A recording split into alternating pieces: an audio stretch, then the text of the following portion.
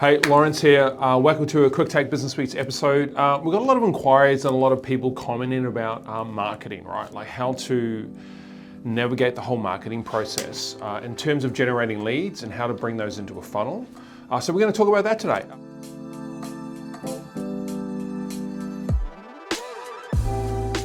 So I want to start with lead generation, right? There's two ways to look at that. And they're two different funnels, by the way. You've got a consumer funnel and you've got a corporate funnel, right? Or a B2B funnel and a B2C. So business to consumer or business to customer, and then a business to business, right? Which I just call a corporate funnel. They're two separate things. I'll talk about both today. But I want to start with consumer. That seems to be the bigger funnel for most businesses, especially those who are working online, selling products online, selling services, small, young businesses, single founders working as entrepreneurs selling a product, right? So the first thing I guess you got to consider is who your client is, where your client is, and how you're going to attract them, right? There's a couple of ways to look at it. There's organics that come through a website. Great, so you've probably got to have a website. You might not have a website, it could be a Facebook page. You'll be on Insta, you might do some light advertising on YouTube. We'll be pushing YouTube videos out there, right? Which is great, you should do that. But you've really got to be considered. So, and what I mean by understanding your customer where they are is you should create an avatar. Like, so in our companies, we create avatars, right? So I think we have 4 avatars. And what that avatar is we try to find our ideal client and break down the math of what that looks like. Okay, so it'll be, how old is our customer? Well, what is the age range? We'd also be looking at things like, where do they shop? What movies do they watch? How much time do they spend on social media? What platforms do they spend their time on? Breaking down into certain percentages. We're also going to look at, what they do on the weekend. What's their social activity look like? What sports are they into? What clothing do they wear and do they purchase? So we try to create a full comprehensive avatar. Now that takes time. Like it took us probably a year to get our first avatar that we thought was pretty on point. Now there's a lot of research, a lot of split testing, A/B testing to figure out what's going to work, right? So spend your time on that. I think it's really critical. Look, you can launch a campaign to create customers and generate leads without an avatar, that's fine. But what happens is it's not going to be as effective as if you're also focusing on building an avatar whilst you're advertising. So you do it both at the same time. You don't need to do one before the other. In fact, it'll cost you money if you do it the other way. So consider what your avatar and who your customer is and build that over a period of time as you're advertising. I would advise split testing. So you're going to run an ad to these types of people at this age and those types of people with maybe a different aesthetic or a different creative, and just continually A/B test and compile your data and drop it into a document, which maybe is called your avatar document. That's certainly what we do. So on the consumer side, you've got to generate leads. Like, how do you do that? You have to create a funnel. You should write your funnel down. So top of the funnel is, you're just basically piling everyone in. So they're coming from Google, organics, lead forms on Meta across both of those platforms. Could be YouTube, could be a blog, it could be backlinks, it could be a whole bunch of different stuff, right? It could be partnerships. That's an underappreciated place in the market at the moment, I think. So you bring all those into the top of the funnel. What happens as they come through the funnel is you need to break them down. What normally happens is a company, say if they have a sales team, right? And I've spoken about this before, probably I think just in the last step, is they bring the leads in and they throw all those leads to the sales team. So what happens is the sales team are just calling people. The problem with that is that there's no filter process there. So no nurturing has occurred for the lead. So if it's come from, and what I mean is, what's the quality of the lead? Like, and how deeply have they been nurtured? Like, is this the first inquiry, the second inquiry, the third inquiry? Did it come from a lead form? Did it come from a download? Did it come from a blog? Have they gone through a series of filters to ensure that the quality is high, right? Because low quality leads shouldn't go to the sales team. This is something which we're learning. Well, it's not that we're learning it, it's hard to implement it when you've been doing it this way for so long. You have to slowly move into a new methodology and model, which, in one of our companies we're working on now. So what that means is, how do we get that funnel right? Like, what are the steps? Our first step is we're going to create the top of the funnel and put a filtration process in there. So we might lead score the quality of the lead. Oh, where did it come from? Is it a Google lead? Great, that's a high quality lead, right? Did they come through a form from Google or did they call us? So there's a different ranking there, I would think, for a lead. Did they come from a Facebook ad? Did they fill out an assessment? Did they fill out a lead form, and how big was the lead form? Did we ask for their name, email address, mobile number? Now, if they give you a mobile number and you make it mandatory, it's quite a high quality lead, I think. Now it auto-populates, right? So you've got to sort of be careful. Sometimes the data in Facebook is really old because they set it up 15 years ago and they've changed their mobile number and email account. So sometimes the quality is not great. That's why you need a filtration process. So there's all these varying things that are going on with the top of the funnel, right? But my suggestion is you have to put some filtration in there. Now it could be a lead score. So if someone clicks on a lead form, that could be 5 points. Now, if they've clicked on a lead form twice, that could be 10 points. If they've clicked on 2 lead forms and also a call from Google, like that might jump to 30 points, right? If they've completed a demo or requesting a demo, that might be, 50 points. So you've really got to figure out what that looks like, because the one thing you don't want is a sales team calling unqualified leads. My sales team are gonna love me saying that because we're trying to figure that out now. So, it's good for me to talk about things that are relevant and that we're currently walking through and learning. So there's lots of methodologies out there. This is one that we'll incorporate in our biggest company, is to filter leads and ensure that we have our agents or our sales guys talking to customers who are in a position to purchase. We don't need them prospecting leads. That should be done somewhere else. So if you look at methodologies, I know that Salesforce, HubSpot, those bigger companies, when they're moving from 0 to 100 million, right, is that their methodology around sales is really strong. So you really need, as a business owner, you really need to focus on how you're going to manage your sales. Now, I've made a lot of mistakes in that area, but I started punching pretty hard in sales. And what that means is I'm just calling. Like, we used to cold call in the old days, right? We don't do that anymore. That's sort of not appropriate. And look, will you get some wins out of it? Absolutely. Will it burn the team out? Absolutely.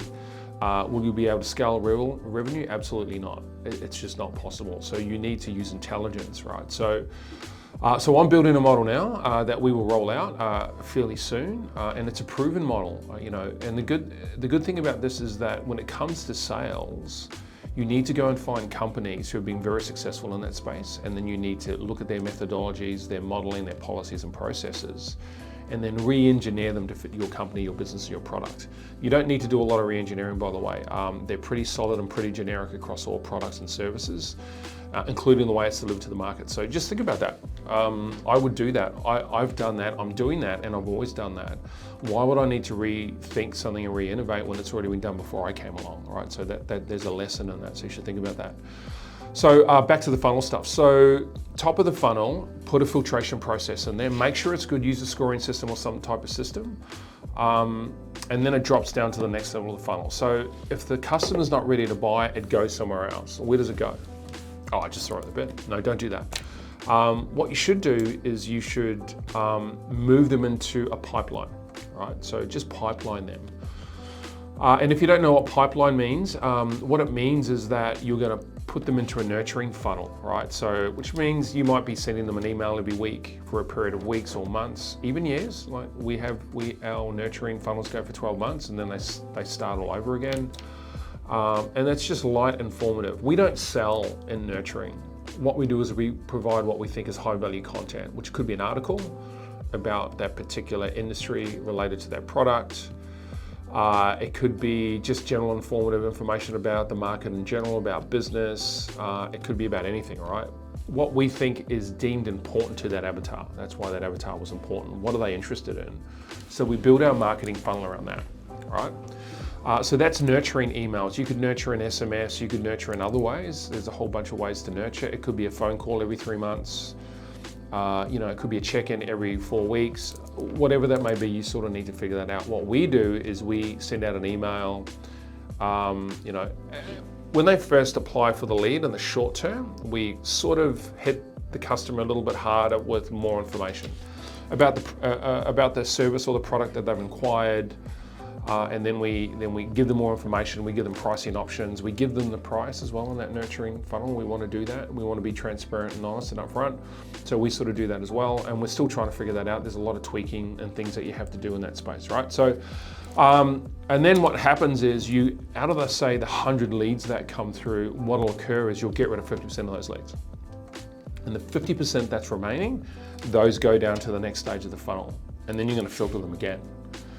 So that might be a human filter. So we would use what we call an SDR, and that SDR would call those leads, right? And they'll filter those leads through what we call a discovery call. So they'll speak to the customer, hey, thanks for inquiring. Why did you send through your inquiry? What are you looking to achieve exactly? And then a discovery conversation has. Very common, most 99% of sales teams selling services or products will do that.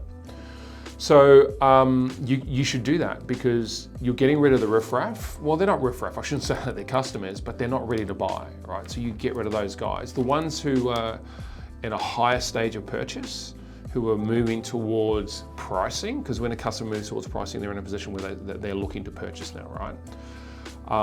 So you filter those with a human. So you book in a discovery call. That's normally over the phone. You can do a virtual, could be a face-to-face, whatever you want to do. In B2B, it's normally a face-to-face. In consumer, it's normally just a phone call. So that conversation occurs, and then that SDR will filter that customer. They'll determine where are they at on the buying cycle, right? 1, 2, 3, 4, 5 is what we use. 1 is that they've just started the journey. 5 is they know the price, they've done their research, they're in a position to make a decision. So we rank them on that in our CRM. The SDR will do that, and then what will happen is the SDR will book an appointment for the next touch point for those who are being filtered. Those who are not ready, they go back in the pipeline. Again, we're pipelining customers, okay? By the way, one thing I didn't mention in the top of the funnel is that if they're not interested at all and they clicked on it by mistake, oh, I didn't mean to click on it, or my kids did it, or, I'm not really interested, it was just a bit of a whim, we move them into loss, they're gone. And they go into email nurturing, and if they see the ad and an email in 6 months, 12 months, 24 months, whatever it may be, they may come back to us, and then they'll go through the filtration process again. So in that second stage is the human filter. So we're now filtering our leads and looking at the quality of them, right? So it's quality filtration, and then those SDRs are moving them to the next stage. The next stage for us in consumer would be, they would book them in for an agent to speak to. Just they would be booking appointments. They'd be covering off on all the questions they have, maybe even talking about the price, and then passing them over to an agent. Now the agent is there sort of to close the deal, and they we might do an assessment, the agent might do an assessment. They're more specialized, so they have deeper product knowledge, and they're designed to basically close the deal with the customer, and then move that customer to a client, and then nurture that client, develop a relationship with that client, and spend time with that client. And the Pareto principle of 80-20, what other business can we get out of them? Okay, so that's our consumer model end to end. It works. Lots of companies use it. Like I said, HubSpot and Salesforce are a couple of companies that I did a deep dive on and studied quite closely, and that's roughly their model. That's the model that we will implement in one of, if not all of our companies. And it works, so you don't need to reinvent the wheel, right? It's just a waste of time, and you may get it wrong. So you try to find proven, solid track record policies and processes and systems when it comes to sales, right? And marketing. So that's sort of our marketing strategy in terms of the funnel. Now, in terms of marketing on the front end, so we're talking about advertising. Where do you advertise? Well, you've got to figure out, where is your product going to be picked up in terms of what your avatar looks like? Okay, so where is your client? Are they on Facebook? Are they on Instagram? Are they on TikTok? Are they on YouTube? Are they spending lots of time in Spotify? You've really got to figure that out. Are they searching the web? Are they using Google, Neeva, whatever it may be? So you've really got to figure out where they are. So market research, you can buy those papers. There's many companies that can provide you with that type of data. I know that the management consoles on a lot of the platforms now will also give you some analytics, so you should look at that first before you start to dive in. Most people just dive in and go, oh, let's put an ad on Facebook. Yeah, but does your customer actually engage with Facebook? Look, they probably do, but do they engage better somewhere else? So you've really got to figure out what the logistics are of your avatar and where they're at. Once you've done that, you've got to do the creative. So what does the ad look like? Lots of ways to do ads. Short form, long form, video, sliders, carousels. Like there's all these different things that you can use. So you need to do a little bit of research on what you're going to do and what's going to resonate. So we've tested carousels before, never worked for us. Work great if you're a retailer selling jeans and a whole range of products where people can slide and see different products. But if it's one product or one service, there's only so many things that you can slide through, right? If it's all the same sort of thing, it doesn't really work. So that never worked for us. Video has also never really worked for us. We're still testing that, but we find that what our customer likes is a really good creative that they can connect to, right? So if it's a product, if it's a glass of water, right? We would have the picture of the glass of water, a nice caption, a nice tagline for that. And then we would try and figure out how we can get that to resonate. So from a creative, all the way through from a tagline to a CTA, a call to action. So what does that actually look like? That's what we would normally do. And we find that works for us. We might have one slide and it might have our contact details about us, or it might have a CTA on it, right? We try both long form and short form copy. We try not to sell in that copy. We don't want to do that. We want to provide informative information to our customer that we think that they would like. That's sort of how we do it. We're sort of not big on the selling component, we're big on the value component. So I think that's really important. I think too many people are trying to push products into people's faces. And I think you should just place the product in front of them and take them on a bit of a journey and nurture them, right? And get them to make their own decision. You have a better close rate and better conversion rate at the end of the day anyway. We're very focused on creative. So ensure that your creative meets your brand guide. You got to have a brand guide. Like you should have a brand guide. So placement of logo, color schemes of logos, colors in general for creatives, and what type of images do and don't work, right? So like small things, we have a construction brand selling nationally accredited qualifications, right, or courses. And to have a construction guy, for example, and a creative, one that's got a blue hard hat on doesn't resonate with our audience. Like we've tested that, because that's a stock image. So the stock images don't really work. What we look for is to use real imagery from Australian work sites, right? That's sort of what works for us. That's what our customer wants to see. So we do that. So we have people from the industry in that brand, and that's what they resonate with. So you've really got to figure out the creative, otherwise you won't get the clicks. So the next step to that, once you've got all that locked down in alignment with your avatar and your brand guide, how do you get the CTA, the call to action, right? The click of the button. Don't worry about ROAS, CPC, CPL, all that sort of stuff. Just forget that and just focus on the quality of the advertisement, right? So, and in alignment with the platform and the customer and all that sort of stuff. The call to action is really, really critical to get that right. So you have to test it. Like A/B test it over a period of time. Buy now is a different call to action from learn more, right? Which is a different one from contact us, which is a different one from download now. You really have to figure out what your call to action is going to be. So think about the button, where it's going to be placed, the color of the button, and then what it's going to go to. So we have a lot of ads in Facebook where it just drops down, it's just got copy. They just read a little bit, and at the end of that, it's got a CTA, right? Click here, it populates their data, they click submit, and then we get a lead. So that's not the highest quality lead, that's just a lead. We might have one that pushes them to a landing page, an HTML page, which might have more questions on it, so we qualify them a little bit deeper. The next one might have an assessment on it. The next one might have a download on it, right? So all of these are different styles and quality of lead advertising strategies. Think about what you want to do, commit it to paper, and then test it, A/B test it for as long as you can, and you should never stop. I'd continually test it, okay?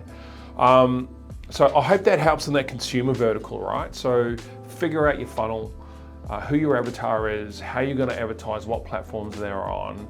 Think about what your call to action is, what your ads and creative are going to look like. Have a brand guide, and then figure out when those leads come into the business, what are you going to do with them? How are you going to filter them? how you're going to pipeline them, how you're going to nurture them, and what that sales methodology looks like. Like that is the whole sales process and marketing process, right? So marketing is critical. If I could spend $1 million a week on marketing, I would do it. We cannot do that, but I would certainly do that, because I think you have to get your product, your service, your business, yourself out of obscurity. And the only way to do that is to get into the market, and it has to be paid advertising, people. If you think you want to go organic at the start of a business, think again. There's so much fierce competition in the market, and millions of people doing exactly what you're trying to do, who are paying for advertising, who will get to the customer way before you will, and more of them. Like I remember I boosted a post many years ago, and I think the reach on a $5 a day boost was 3,000 people. But if you boosted $100 a day, it's like 350,000 people. That's the difference, right? It's getting your content in front of as many people as you possibly can, through as many channels as you can. So have a think about that. Okay, so marketing, I want to pivot. I want to move off that consumer vertical and talk about corporate. Completely different game, right? So the business to business or to the corporate world is different, because you're advertising to people who are normally employees in a senior role and a decision maker, right? There's two ways to look at it. You can market to a non-decision maker, and these are the people who are looking for research and getting data on products and services they're looking for, but they don't make the decision, so we never do that. We want to market to the person who's in charge of making the decision. So again, have a corporate avatar. Like, who is your decision maker in that particular market? You know what I mean? Like in our construction business, is it the construction manager? Is it the site supervisor? Is it the the CEO, the founder? Is it the general manager? Like, it could be all of them actually. So you could market to all of them. I say get specific. Don't go generic on B2B, right? So you want to find out who your decision maker is. Maybe get 2 of them and split test it. Target these people and target these people, right? And your ad should be creative but to the point. Like, corporate people who make decisions don't want to be sold to. You try and sell to them, it'll never work. 100%, never work. So what you need to do is you need to try and figure out what are their problems. Like, I always go, let's think of the client's 3 biggest problems and use the solutions in the advertising campaign. We normally find that works. Okay, so client XYZ, their biggest headache is staff retention, right? For example. So, your ad tagline might be 5 solutions to combat staff retention issues in your business. You know what I mean? It's pretty simple. Like, it's not that. The best 3 staff retention models on the planet, or whatever it may be. Or do you have problem with staff retention, ? CTA copy, lead form, submit. And lead comes through the top of your funnel. It could be book an appointment. Sometimes works, goes to an HTML landing page, has a little bit more information about the company to create confidence that we know what we're doing. Don't talk about yourself though. Like, no client wants to know, oh look, we've got 20 years of experience, we have the best people, we have a 99% conversion rate. They don't care about that. Nobody cares about that. What they care about are their problems. So write for their problems. Write solution-oriented copy to cater for their problems. Like I said, staff retention, the 3 best strategies in the market to fix staff retention issues. Send that through to a landing page. We've found from our research and our application that these are the 3 best, and we've used these, and here's what our customers have to say. Here's a short video from our founder, and you got 3 CTOs on the page. Book an appointment, contact us. So you really got to think about how you structure that out. They're not going to sit there and read it, the whole thing. By the way, when you move to an HTML landing page, you want to have some measurement software, right? We use Hotjar, I think. So we can see how long our customers are on the page and where they go to, what they click on, right? So you have to have that strategy laid out. Like, otherwise you don't know what your customer's doing, and you don't know whether your landing pages are working. So you should do that. Any marketing agency with any intelligence will definitely know how to do that for you. So the corporate message, if you're getting a bit of a feel for it, is a little bit more targeted to decision makers. There's definitely no selling in it. You still need to know your avatar. You have to talk in terms of how do I solve their problem. So you have to figure out what they are, or interpret what they are, and go for that directly with a strong CTA, right? We can help you. I remember I ran a campaign on LinkedIn, and it was something like here is one thing every CFO needs to know. You know what I mean? It had a huge click-through rate. I think it was CFO. It might have been CEO. I can't remember because I've done both. But think about that tagline. One thing every CFO needs to know. Now, if you're a CFO, you're going to click on that button. So I have minimal information on it. I just have that on a tile with a nice creative. It got an incredible amount of click-through, right? So it was a very successful campaign. So when you're thinking about this, think deeply about it and don't run too fast at it. The slower you go, the faster you'll get there, as I always say. So that's sort of my take on the B2B stuff when it comes to that social media advertising. There's so many different ways to advertise to corporates. But again, you've got to have your funnel. You've got to bring them into a funnel. They've got to be qualified, right? Once they're qualified, they should be booked into a senior member of staff like an agent or a business development manager or head of corporate sales or sales executive, right? Who starts to take over that person and they nurture that person through a sales funnel. Again, emails, check-ins, meetings, virtuals, all that sort of stuff is in play. That doesn't sort of change. You've got to get the leads in. What platform should you advertise on? Good question. Very difficult to figure that one out, especially when it comes to corporates, because they're on different platforms. So you've got to go get your reports and your white papers. You've got to read that, and then you've got to do a lot of testing. And don't stop testing. I think LinkedIn's pretty good. I'm not a big fan of LinkedIn, but I think it's pretty good. I think there's a lot of noise on there. It's different to what it used to be. So I would sort of do that. But you got to have multiple strategies. So what's my email strategy? What's my LinkedIn strategy? What's my social media strategy? And then you've got to find some other ways to bring those clients in. And one thing I do want to talk about is partnerships. For me, partnerships are probably the biggest player in a corporate, attaining corporate business and launching corporate marketing, right? Because the marketing component for corporates, if you can bring on good partners, move into other areas.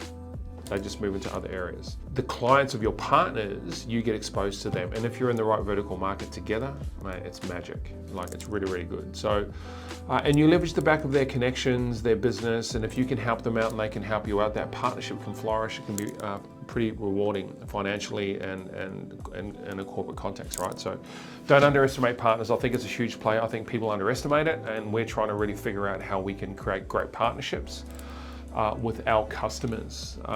So that's it. So that's a look on consumer, a look on corporate in terms of marketing, in terms of funnels, how to create those and what you should be looking for. Look, I hope you found something that you liked or that you think may work for your business. Love to hear any comments. If you got them, just drop them through and we're happy to come back and answer any of those comments. If you haven't already, look, we're a non-profit venture, so click the subscribe button, hit the bell, wherever that may be on the screen. We'd love for you to subscribe. We try to push out as much content and good content as we can. And we've got some great interviews coming up with some pretty awesome entrepreneurs and artists. So stay tuned for that. Really appreciate your watching and look forward to speaking to you next.